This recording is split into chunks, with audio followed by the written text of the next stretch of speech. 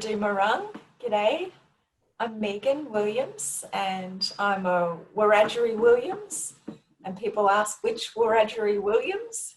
So I'll say Wiradjuri Williams from around Wellington, Mudgee, pops from Mudgee, and I'm very connected to the Daby tribe of Kandos area, where I try and spend as much time as possible and kind of call that place home more and more. And I'm here at the National Centre for Cultural Competence as a research lead and assistant director, but I'm a passionate CCLP supporter because I love being part of a staff body at university who are all interested and on the lifelong journey of connecting with our First Peoples of our country.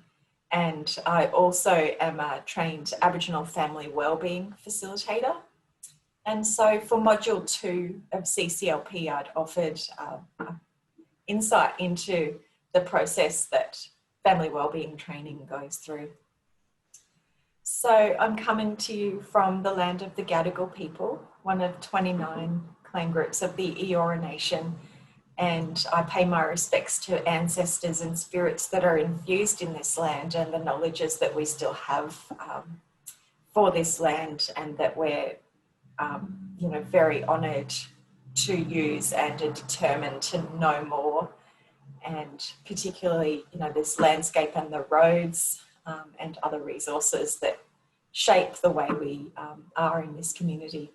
I pay my respects to all Aboriginal Torres Strait Islander leaders in this location today. Many mobs, my own family, Williams included, have a strong connection to Redfern as well, and dedicate our time today to the young, black and deadly, 1/3 of our population who are young, at school, teenagers, or not even yet at school, and how wonderful to think about passing on knowledges today about leadership, so that all of you participants in Zoomland can hear how we roll, and it also reminds us of what we will be passing on to our next generations as well.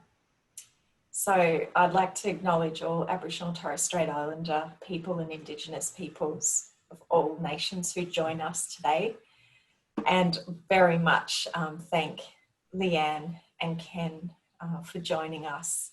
So Dr. Leanne Holt, who is Pro Vice-Chancellor of Indigenous Strategy at Macquarie University, and we were just hearing in our pre-warm-up that she had 19 years at the University of Newcastle.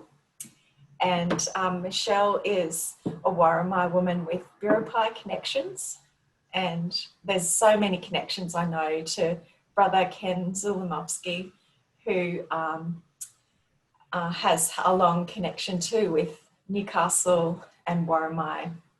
And I would like to allow them the opportunities to introduce themselves, and then I've got a range of questions that relate to what we did in Module 2, actually, for those of you who joined us for that, and so that we can really hear, because family wellbeing programs, it's about sharing power and sharing leadership, and so therefore often program participants and leaders all answer the same questions. So we look to you, Leanne and Ken, as leaders, but it's a shoulder-to-shoulder leadership as well as the leadership out in front that I know you do, and you shine, and you also break new ground, both of you.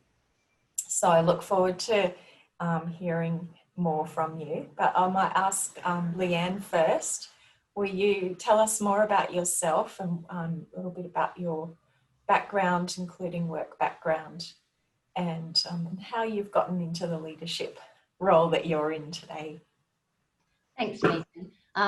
as Megan said, I'm a Worimi Biripi woman from mainly the Karua area. I was a Lily before I was married, so Lily from Worimi Karua area, and a bug related to the bugs in Biripi country. My father and ancestors, generations before my father, were all fishermen and oyster farmers. And if you're up near Karua and that Port Stephens area, you'll see that there are roads and points named after lilies, or relating to fishing and oyster farming. And so that's sort of where my family were from, but I've grown up most of my life on dark and young country.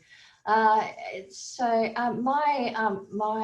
journey into leadership has been an interesting one, and it's been more about being, I think, in the right place at the right time to some extent, or it's been very ad hoc. It's definitely not been something that was planned.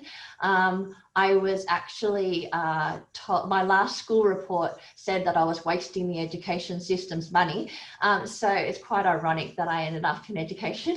I just started year 11, and the deputy principal after that report said that I should, maybe school isn't for me and I maybe should pursue some other pathway. So I ended up moving to Canberra and was in quite a violent relationship for a number of years, and then fortunately decided to come back home again. And I got a job during the day just as in administration, and I was going to TAFE at night and doing a diploma in human resources. And the Aboriginal liaison officer, Robbie Cohen, that was there at the time, said, oh, there's some positions available. And I, at the time, was looking for a job in the public service, and not for a career prospect. It was more about, I had met my future husband, my current husband at the time, and we were planning on getting married and starting a family, and I thought, oh, I could work for the public service and I'll be able to get maternity leave.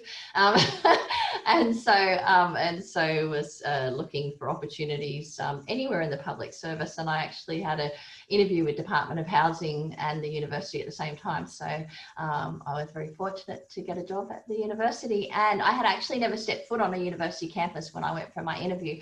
So I spoke to Robbie and I said, I've got this interview, and it was a prospective student advisor, again, ironically enough, and where I was going out to schools and talking to school students about coming to university.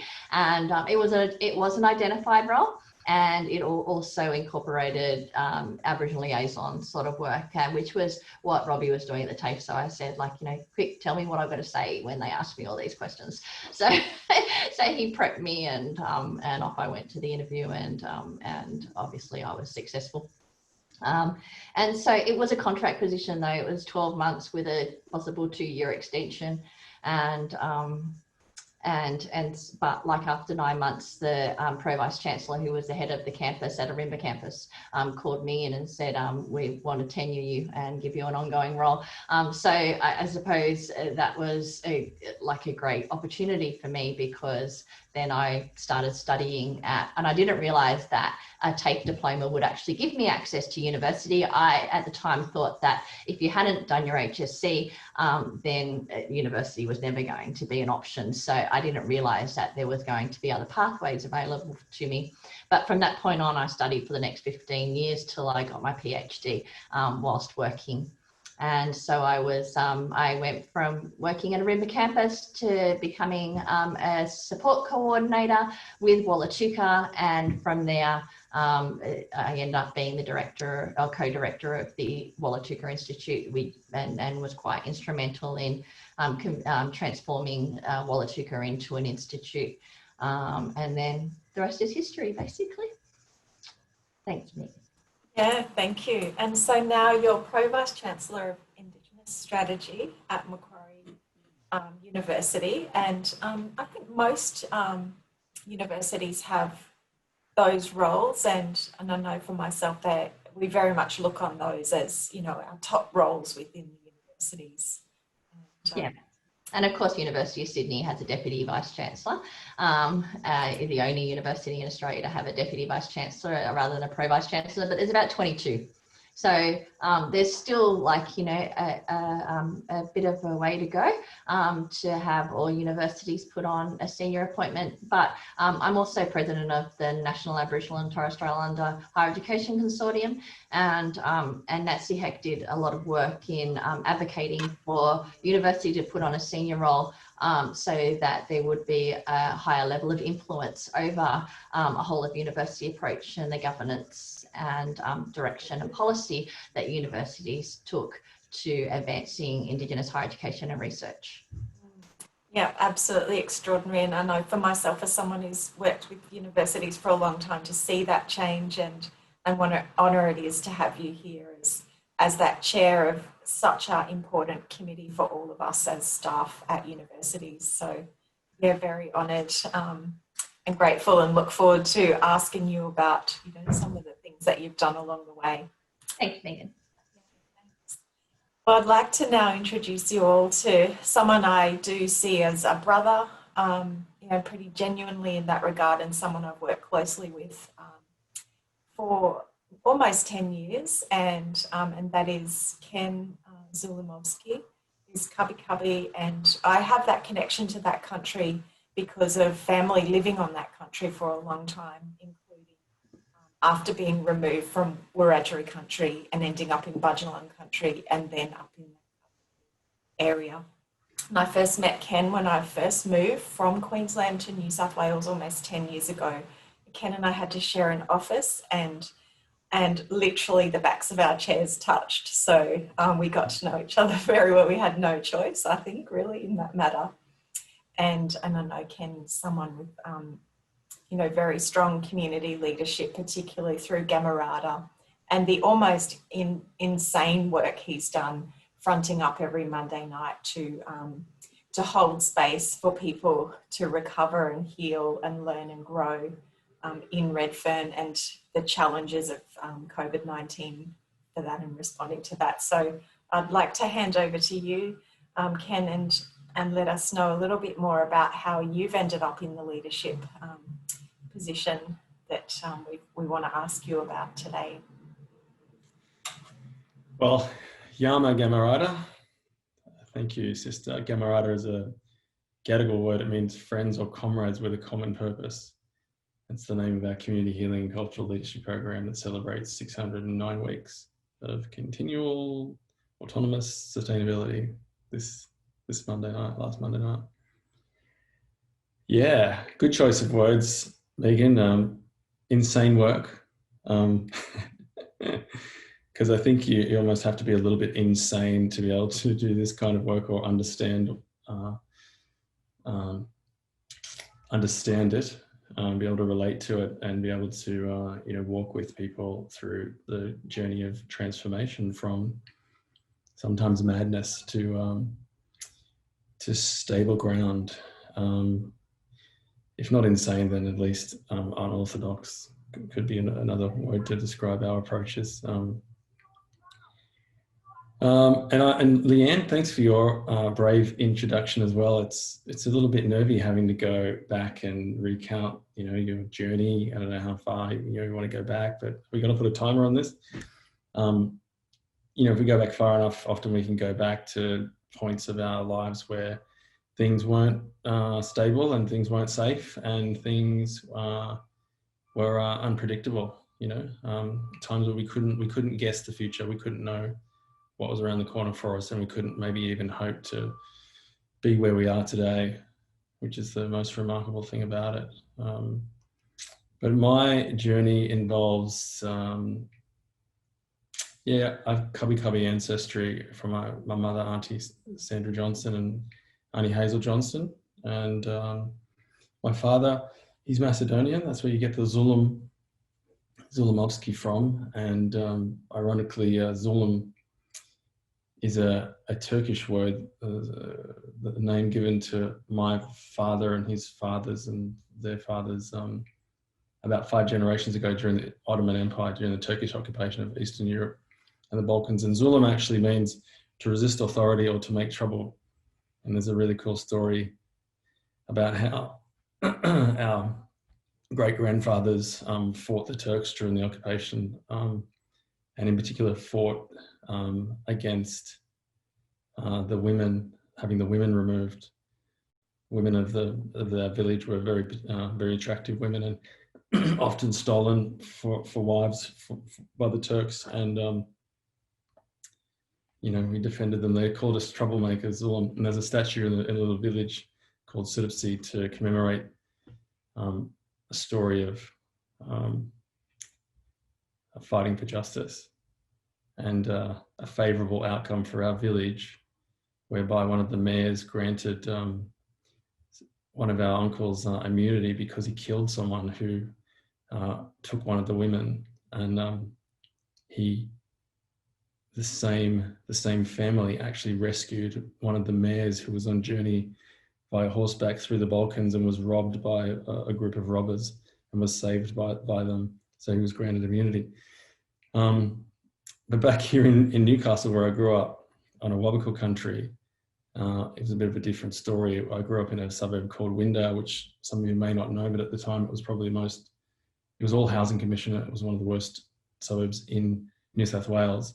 And as one of 4 boys in a single parent household with a mother with mental illness and you know, social isolation and on welfare, life was extremely difficult, you know, extremely unpredictable.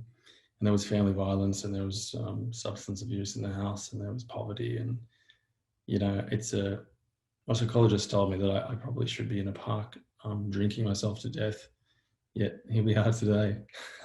So my journey of leadership involves unrelenting willpower, determination, blind optimism, and you know, just I guess a sickening work ethic, you know, to do what has to be done, even when you don't want to do it, you know, even if it's a bit hard or it's a bit uncomfortable or it might involve a bit of shame or embarrassment, just getting the job done, you know, that kind of attitude, which kind of helped because later in life I found myself as an army soldier in the Army Reserve, and I found myself, you know, being trained in leadership and in environments that were testing and that held a lot of responsibility. And then part of that part-time career, which was about 8 years in length, I did some time with 3 years in Defence Force recruiting with the Aboriginal and Torres Strait Islander recruitment career development strategy. So that meant we were driving around the Army, Navy, Air Force van and setting up in communities and at community events and just doing recruiting and doing public information sessions and that kind of thing, community engagement, which was kind of fun, but and hard work. My career in health started at very early 20s at the Aboriginal Medical Service in Newcastle. And Leanne, you mentioned Karua. I used to drive our outreach van, our mobile outreach clinic, which was a truck with a mobile doctor surgery on the back. And we used to drive it every week, every Monday. I used to drive it to Karua Mission. We used to plug in up there next to the Land Council. We used to plug into water and plug into electricity. And we would just churn out the patients all day long. Yeah, so I got good relationships with all the mob up there, and visited the oyster farm, the oyster festivals, and took an army recruiting activity up there one year, and yeah, that was part of my journey. I was an Aboriginal mental health worker for some time because I got that opportunity. I was recognised as someone who had good community engagement ability, and I guess I don't know, we call it cultural safety these days, and we call it trauma-informed care principles. Just the ability to keep people, to make people feel safe in your presence, and to build rapport with them fairly quickly, and to advocate for them quite strongly. and they can't advocate for themselves to get what they need. Often that means, challenging the system. So I was recognised for those abilities. We got the Aboriginal Medical Service got some funding for an Aboriginal mental health project, and I was the first Aboriginal mental health worker at the AMS at Newcastle, and I set that one up. And I developed a reputation from the CEO, Ray Kelly, as a nickname, the conference kid, because I wanted to get on every training, every workshop, every conference. I wanted to go and I wanted to learn. And I guess I saw an unmet need. I saw some gaps, in the way the services operated. And I saw some gaps in the way that that were preventing people access to essential services. And I kind of had a bit of an awareness that things could be changed. And so I, began a passionate career in social justice and mental health and advocacy, and then I developed some programs. And then because of my reputation, I was asked to come and work at the Aboriginal Medical Service in Redfern in mental health by Nani Naomi Mayers back in 2004.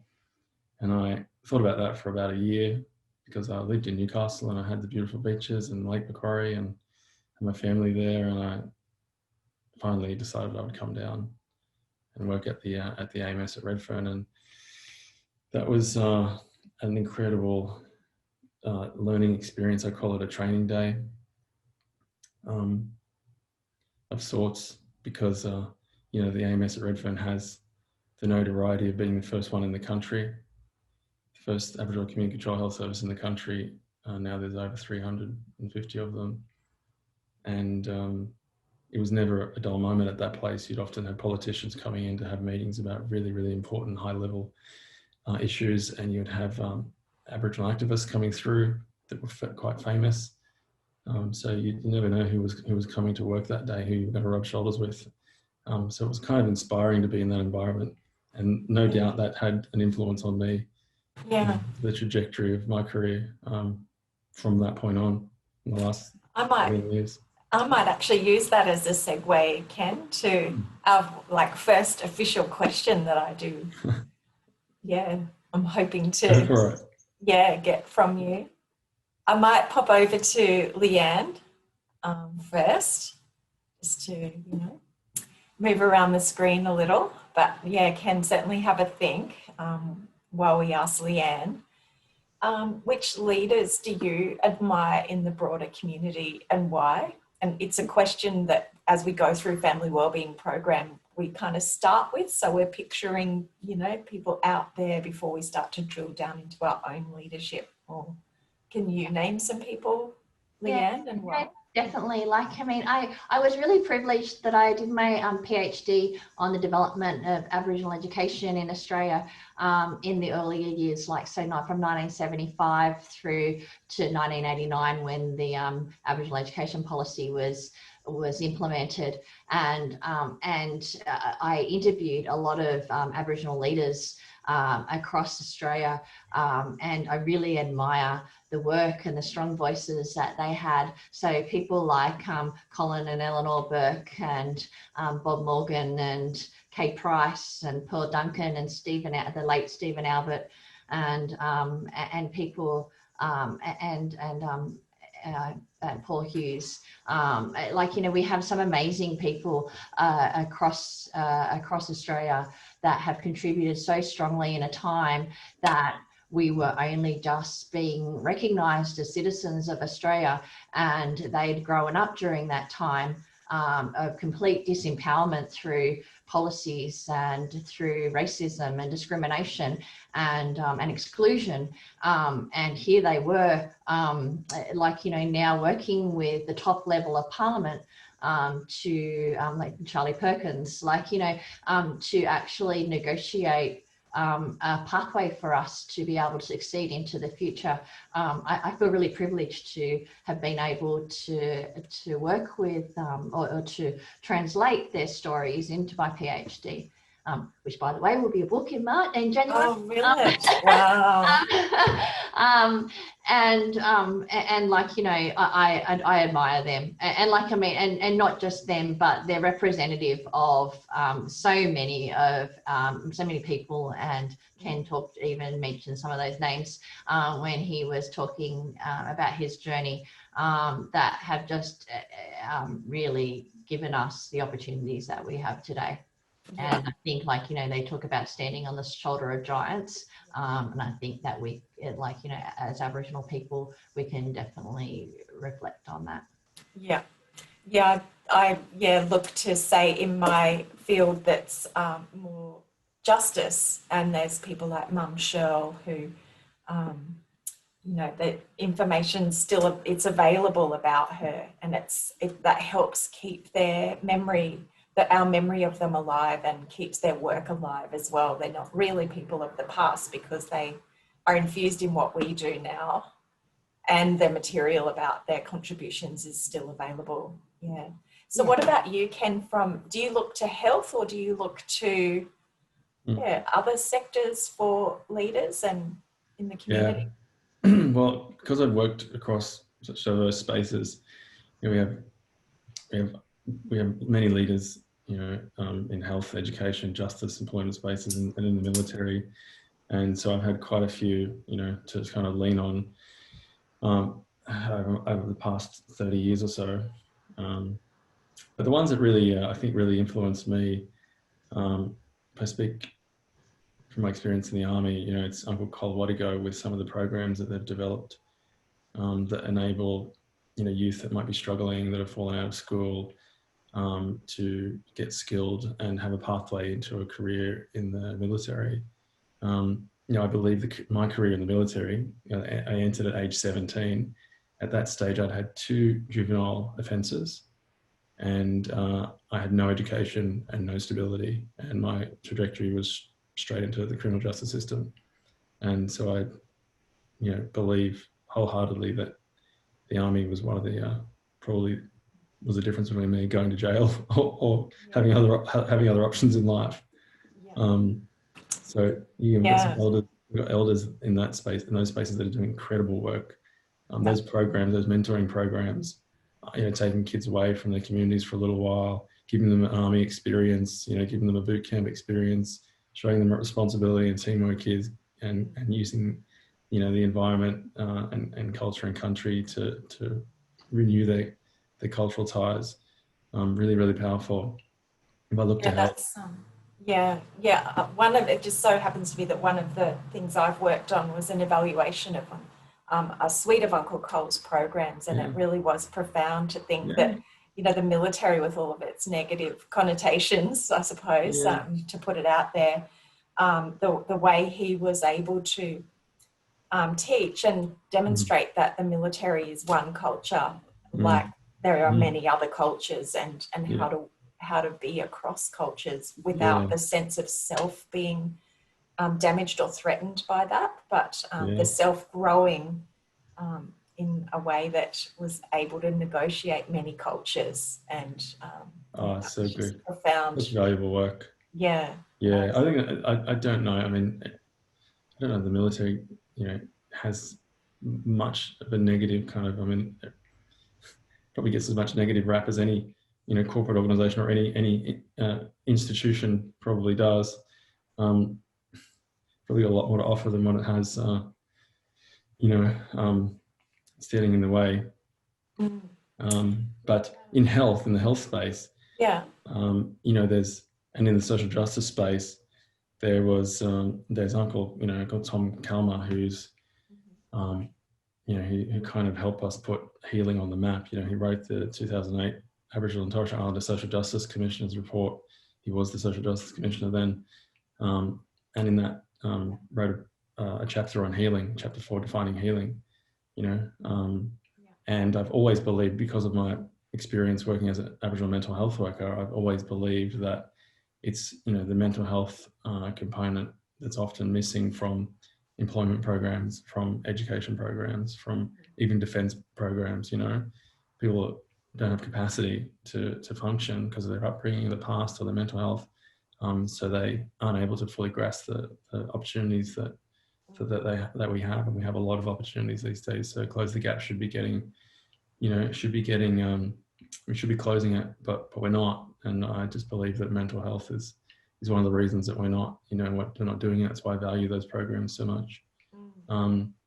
So, in the health space, there's Auntie Naomi Mayers, of course, and people like her. And then there's, we're talking about sort of people who are established and people who are published and people have sort of higher social esteem.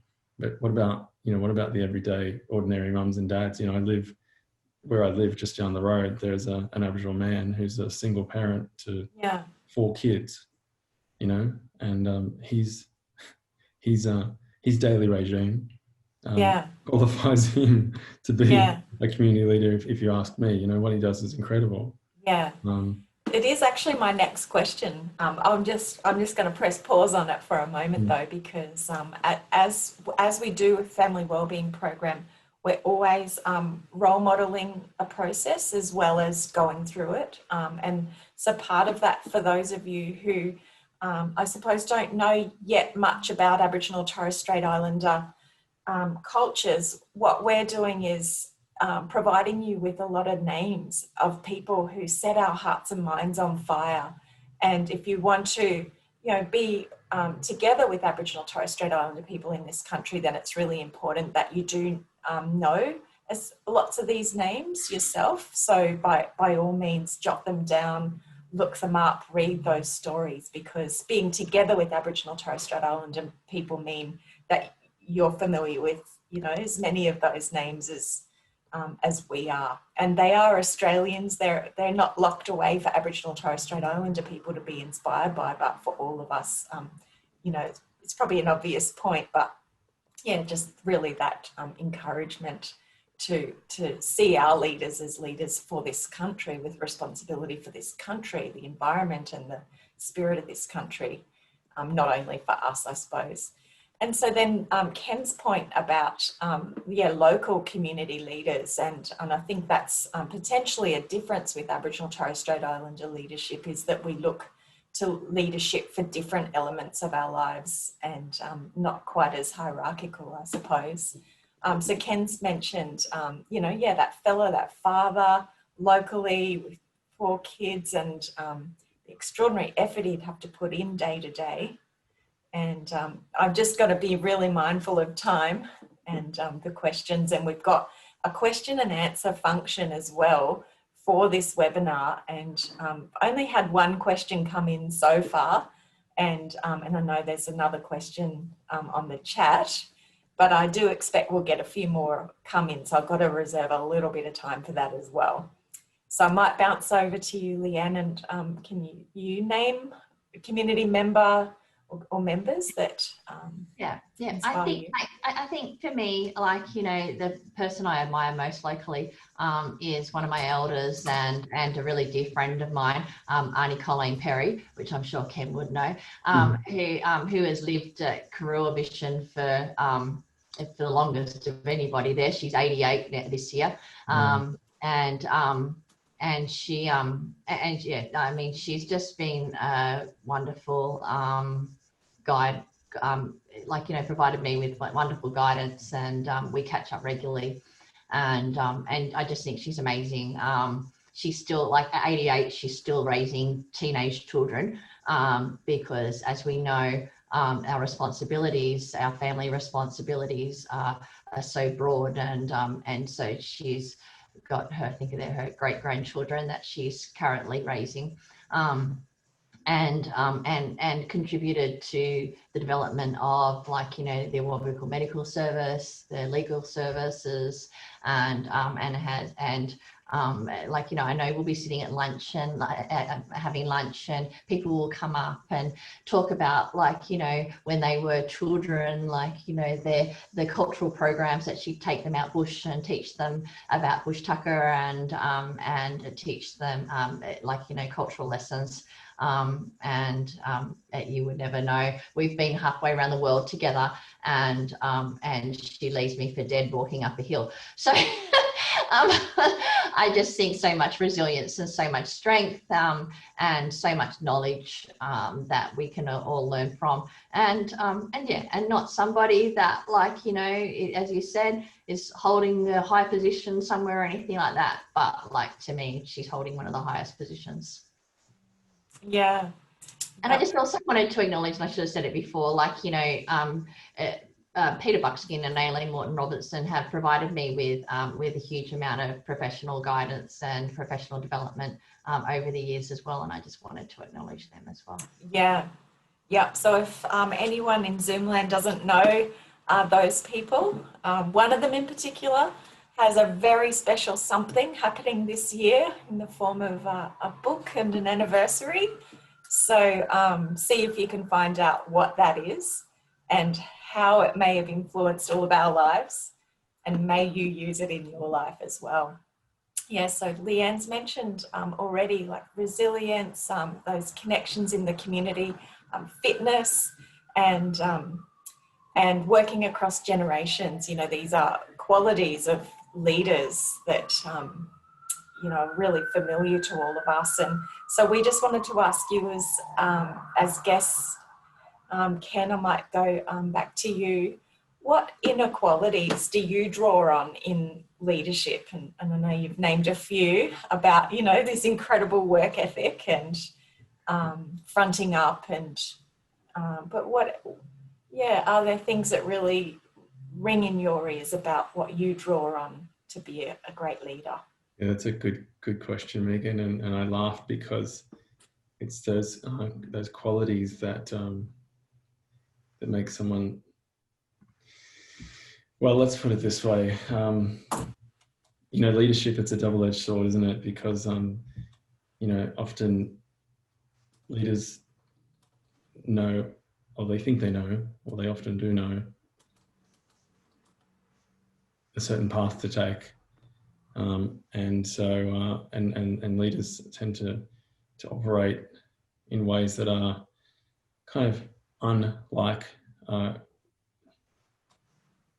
conformist kind of approach. They tend to think a little bit outside the square, or because of their particular experience, life experience, or experience in a particular area, or because of their passion in it, they may have learned a lot about a particular area, so they might have a different perspective, or maybe they've climbed up, maybe they have a better view, you know, kind of maybe they have a bit of a mastery of their field, you know, and often it's a bit of a lonely path. So leaders, I think, or if I just go back to myself, are used to making decisions, are used to working outside of their comfort zone, and are used to making decisions that won't necessarily be the most popular decisions, you know, won't necessarily make friends all the time.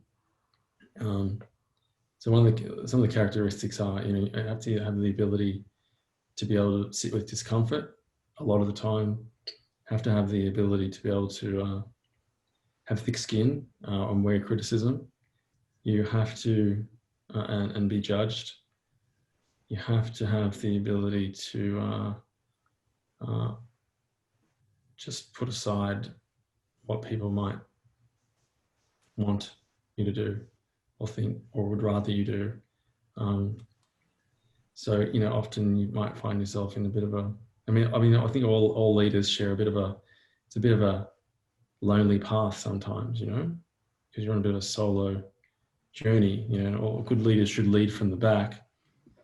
But it's a bit of a solo journey. So you have to be at peace with yourself, I think, you know, be able to really accept responsibility for your decisions that you make for yourself and others. And I think there's a kind of weighing, a kind of heaviness in the leadership role, in the really genuine leadership role, a heaviness of responsibility, you know, like social concern and responsibility, like a great responsibility for community and for others, you know. And, you know, I laugh because in my relationship, often my leadership gets me in a lot of trouble because, you know, I'm kind of wanting to do something my way, and it's not necessarily like having to surrender it. So having those qualities of a leader, you know, how you work and how you operate and how you see yourself in your relationship, can sometimes bring challenges for you. Yeah.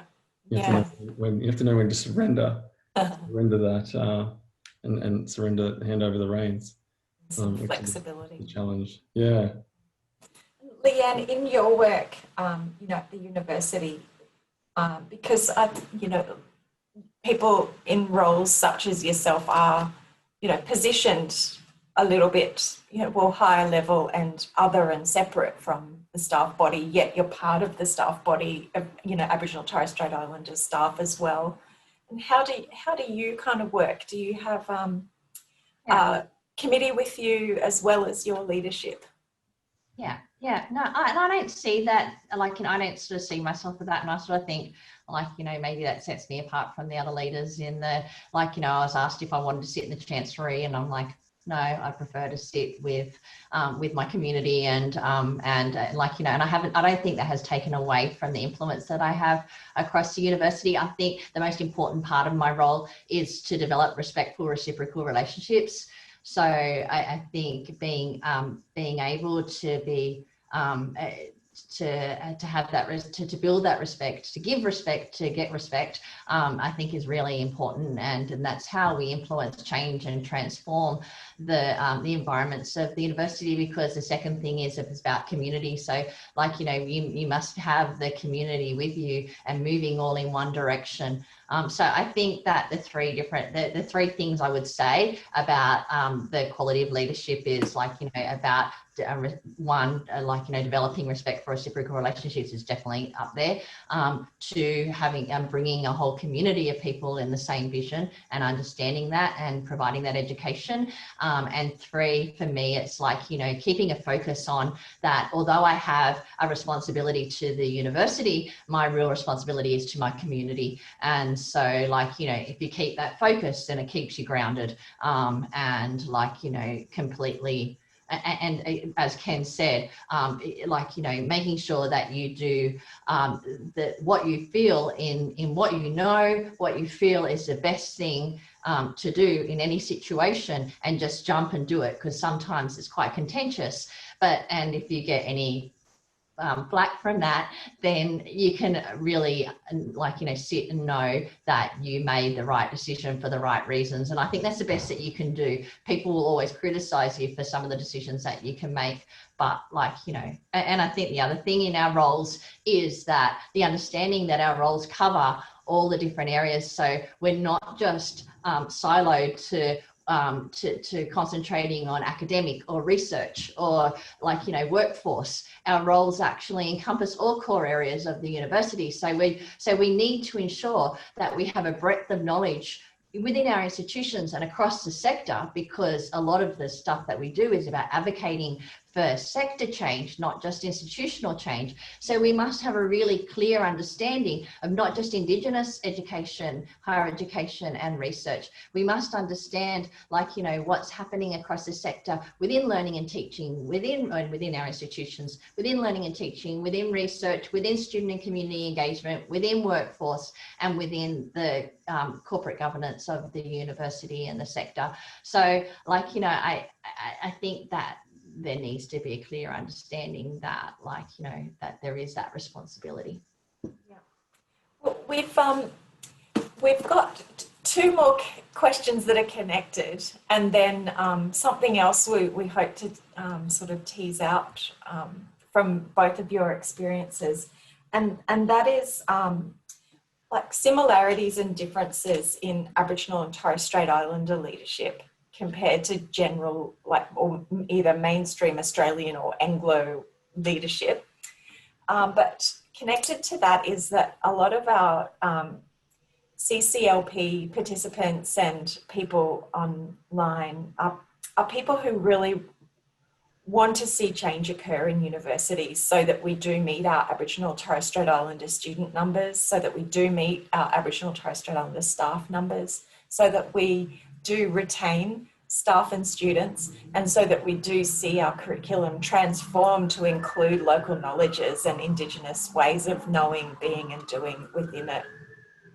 And you've already demonstrated a few ways, Leanne, that you've probably changed and slightly disrupted the system there at Macquarie, you know, by not locating yourself in the Chancellery and making that choice for yourself. And it resonates a bit with what Ken's saying, that you have to sometimes make those decisions that do potentially isolate you from, you know, Leanne, for you, from one set of peers, yet not from another set of peers. So I take it in this mix that being Aboriginal or Torres Strait Islander means walking in multiple worlds. Yeah. And that. And I'm sorry, Megan, because I wouldn't say that has separated me from my peers, because I think there's a difference between physicality and space. And and so, like, you know, I think it is about the space that you actually develop and implement. And so I think that even though I don't physically sit with some of my peers, I think I still have a really strong relationship with them, and like, you know, so I don't think that it has been detrimental at all. But can I just sort of go on? No, that's awesome. I think that the difference is that one of the key differences between an Indigenous leader and a non-Indigenous leader is that it's a personal impact. It's not a professional impact. Like, you know, we haven't gone in and learnt our roles as from books or from education. It's been through our life experiences. And so whatever is happening, whatever is impacting us in our roles also impacts our communities. And so, like, I mean, the Job Ready Graduates Bill that's just been put through, like, you know, like when I'm advocating for how that's going to impact Indigenous higher education and Aboriginal and Torres Strait Islander students, like, you know, I'm talking from the heart, because I'm thinking about how that's going to impact my community and my family. And so, like, you know, there's a personal connection there. When you're teaching Indigenous studies, you're teaching about your life, not something that you've learned from, like, you know, through your education. So there's a personal connection. So I think that really has a huge, and to me, the biggest leaders are the ones that don't concentrate on themselves and the hierarchy and about them getting promoted and getting to the next level. I think the biggest success in Indigenous leadership comes from what we contribute to our communities and how we make that change, and how we the biggest impact that we can make, I think, is what makes us leaders, not about how we as individuals can promote ourselves. And so you talked about that how personal leadership is because of that, belonging to a community, responsibility for a community. Yeah, and I think for people that want to, for staff across the university, I say, like, you know, don't come to me and say, like, we really want to have appoint an Indigenous academic position in our faculty, but, like, you know, but we really don't have the funding. Can you pay for it? And then we can do it, and that would be wonderful. Like, you know, because that's what we're hearing all the time. Like, you know, we're happy to contribute to empowering faculties or empowering areas to make things happen, but, like, you know, come to us with the ideas and the resources and the ideas about how we can obtain resources. Like, you know, like, you know, we can assist you in applying for a grant or arguing for funding for a position. But and I just use that as an example, sorry. No, it's a great example. But, like, you know, don't come wanting us always to answer, to be the ones to answer your questions and to say, this is step 1, step 2, step 3, step 4. Again, I said, when I talked about respectful reciprocal relationships, it's got to work both ways. It's got to be a two-way relationship, and not just one side talking and giving all the answers all the time. Yeah. Now, we have had a question about, you know, what can people do, and because it is there's a mixed message and a double-edged sword, and a fear that people feel, and I respectfully say that people do come, I know, to myself and both of you, asking, what can I do? but there's also work that people can themselves do to find out more as part of being, you know, a resident or a citizen in Australia. I still find people come back again and say, yes, but what would you recommend? And so I did want to ask, do you have a few top things you would recommend that for people to read and do in order to move more toward that reciprocal relationship? Yeah. I can. I'll let you go first. Yeah. Thanks, Leanne. So the main differences that I think, or some of the differences between mainstream leadership and Indigenous leadership is, and I got this from Keeping Research on Track, National Health and Medical Research Council. It articulates this really well, and I use this in a lot of my presentations. There are 6 core values. Spirit and integrity is one, and it's the most important value. Cultural continuity, equity, reciprocity, respect, and responsibility. Now, mainstream would say, yeah, well, there's no difference about that. I mean, with that, we've got the same kind of values as you. But I think where the struggle is that they have difficulty contextualizing those values to make environments safe for First Nations people. One of, you know, the journey of leadership involves, you know, risk and you know, I mentioned my experience with Aboriginal Medical Service at Redfern. I didn't mention to you that I was actually sacked from the Aboriginal Medical Service at Redfern for my leadership. Yeah, I was sacked from there after serving 5 years in the mental health team. And that was during that time we established 2 programs, the Social Emotional Wellbeing Program and the Gamarada Community Healing and Cultural Leadership Program. And when I was sacked, we're into about year 4 of Gamarada. And, you know, I could have packed up and gone back to Newcastle with my tail between my legs, because that's quite a significant kicking in the rear as far as your career goes in Aboriginal health, to be sacked from the AMS at Redfern. But instead I went on, and the very next year, my program was awarded with a New South Wales Premier's Excellence Award for building leadership Indigenous communities. And then 9 years later, I was awarded with an honorary Doctor of Health Sciences by the University of Sydney for outstanding contribution to Australian society.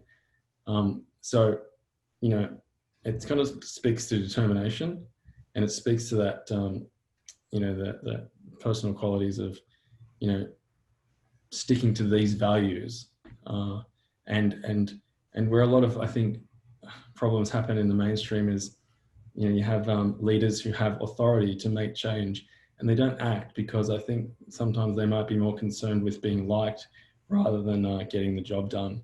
And that's, you know, I think to them, I would say, you know, you have a choice in life about whether you want to be liked and just maintain the status quo, or whether you want to maybe rock the boat a little bit and not be liked, but then ultimately be respected in the end for what you do. And that's the path that I've kind of chosen. I would rather be respected in the end rather than, and have few friends than just be liked and maintain status quo. Wow. Well, it's almost time for us to wrap up, and I've got a few concluding statements just to kind of stitch our discussion together. It's just gone super fast, and there's so much more we would love to hear from both of you. I wondered, Leanne, if you had some kind of final comments you'd like to make.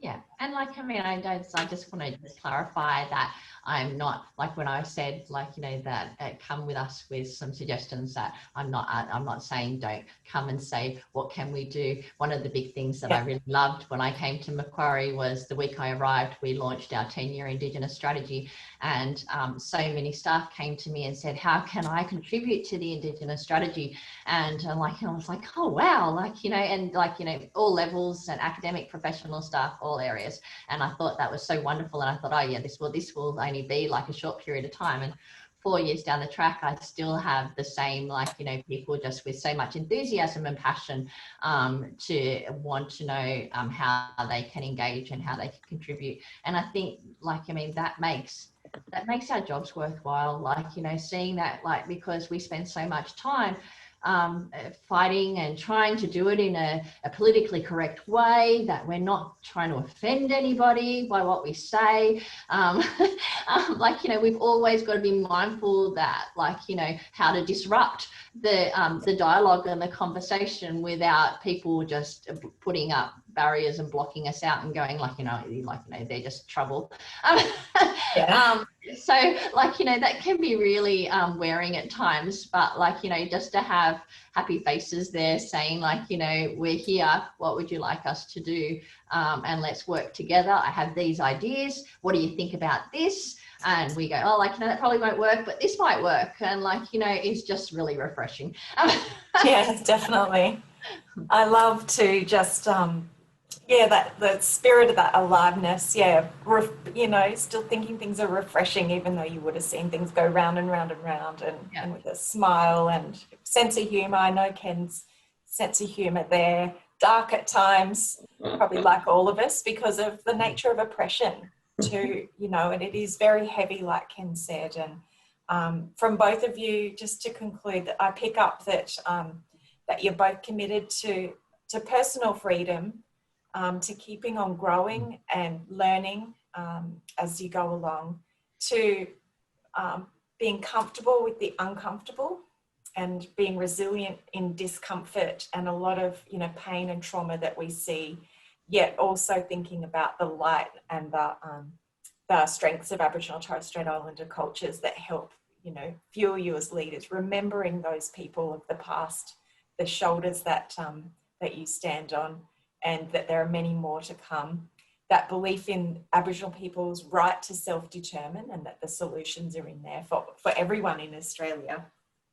The strong values that you both can espouse and that you remember, that guide your work, no matter where you are and who you're among. So those are just some snippets of what I picked up from in the very short amount of time that we've had to share with you today. So can I say thanks, Megan, for a first-class facilitation, as usual. And just a word of advice to anyone out there who might be thinking about rocking the boat and advocating for change. If I'd have learnt this many years ago, I would have saved myself a bit of grief. But there's a very, very powerful book by an author called Robert Greene. It's called The 48 Laws of Power. And the first law is do not outshine the master, which is something that I used to do as a conference kid in my early career, because I was good at what I did.